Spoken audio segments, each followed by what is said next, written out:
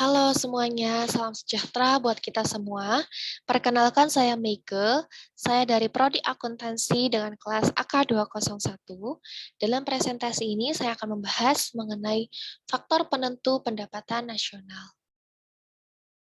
Pada pembahasan ini, kita akan membahas 4 poin. Yang pertama, pengeluaran aktual dan pengeluaran yang diinginkan. Yang kedua, komponen agregat expenditure. Yang ketiga, model perekonomian. Yang keempat, kurva konsumsi dan tabungan. Pertama, kita akan membahas dulu mengenai pengeluaran aktual dan pengeluaran yang diinginkan. Apa itu pengeluaran aktual? Yaitu jumlah pengeluaran real dari sektor rumah tangga, perusahaan, dan pemerintah untuk belanja barang atau jasa. Actual expenditure juga merupakan GDP atau Gross Domestic Product. Dan untuk pengeluaran yang diinginkan, yaitu rencana pengeluaran yang disiapkan oleh sektor rumah tangga, perusahaan, dan pemerintah untuk belanja barang dan jasa. Pada poin kedua, kita akan membahas mengenai komponen agregat expenditure. Pengeluaran agregat adalah pengeluaran yang dilakukan oleh berbagai sektor dalam perekonomian. Terdapat juga 4 komponen dalam pengeluaran agregat. Dalam poin pertama, yaitu pengeluaran konsumsi, consumption spending oleh rumah tangga. Yang kedua, pengeluaran investasi, investment spending oleh perusahaan. Yang ketiga, pengeluaran pemerintah atau government pure cash. Dan yang terakhir, permintaan luar negeri atau foreign demand.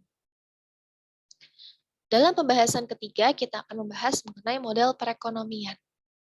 Terdapat juga 3 bagian dalam model perekonomian, yaitu model perekonomian sederhana, model perekonomian tertutup, dan model perekonomian terbuka. Namun, untuk presentasi kali ini, saya akan membahas mengenai model perekonomian sederhana. Perekonomian sederhana atau ekonomi dua sektor. Pada perekonomian ini tidak ada sektor pemerintah atau government dan luar negeri atau foreign. Output yang terjual dapat dinyatakan dalam 2 komponen permintaan, yaitu konsumsi dan investasi. Dengan rumus, Y sama dengan C plus 1. Bagaimana pendapatan dialokasikan? Sebagian dibelanjakan untuk konsumsi dan sebagian lagi ditabung. Dengan rumus, Y sama dengan C plus S. Kedua persamaan ini dapat dikombinasikan menjadi C plus 1 sama dengan C plus S.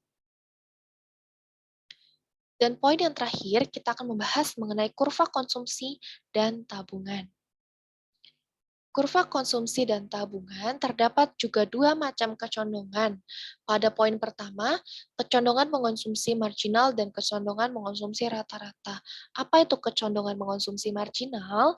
Yaitu kecondongan mengonsumsi marginal dinyatakan sebagai MPC, yaitu perbandingan di antara pertambahan konsumsi yang dilakukan dengan pertambahan yang diperoleh. Untuk kecondongan mengonsumsi rata-rata juga dapat dinyatakan sebagai ABC, yaitu sebagai perbandingan di antara tingkat konsumsi dengan tingkat pendapatan ketika konsumsi tersebut dilakukan. Dan untuk poin yang kedua, kecondongan menabung marginal dan kecondongan menabung rata-rata. Kecondongan menabung marginal atau MPS, perbandingan antara pertambahan tabungan yang dilakukan dengan pertambahan pendapatan yang diperoleh. Sementara, rata-rata keinginan menabung atau EPS merupakan perbandingan antara tingkat tabungan masyarakat dengan tingkat pendapatan masyarakat. MPC atau Marginal Propensity to Consume, yaitu kecondongan mengonsumsi marginal, dinyatakan sebagai MPC, yaitu perbandingan di antara pertambahan konsumsi yang dilakukan dengan pertambahan pendapatan yang diperoleh. Dengan rumus, MPC sama dengan delta C dibagi delta Y, dan untuk rata-rata mengonsumsi EPC merupakan perbandingan antara tingkat konsumsi masyarakat dengan tingkat pendapatan masyarakat, dengan rumus EPC sama dengan C dibagi Y. MPS, yaitu Marginal Propensity to Saving, yaitu kecondongan menabung marginal dinyatakan sebagai MPS, yaitu perbandingan antara pertambahan tabungan atau delta S yang dilakukan dengan pertambahan pendapatan atau delta Y yang diperoleh. dengan rumus MPS sama dengan delta S dibagi delta Y. Dan untuk rata-rata keinginan menabung, MPS merupakan perbandingan antara tingkat tabungan masyarakat dengan tingkat pendapatan masyarakat dengan rumus EPS sama dengan S dibagi Y. Dengan menggunakan asumsi bahwa semua pendapatan habis digunakan untuk memaksimalkan utility, maka MPC ditambah MPS sama dengan 1, dan untuk EPC ditambah EPS sama dengan 1. Sekian presentasi dari saya, kurang lebihnya mohon maaf. Terima kasih.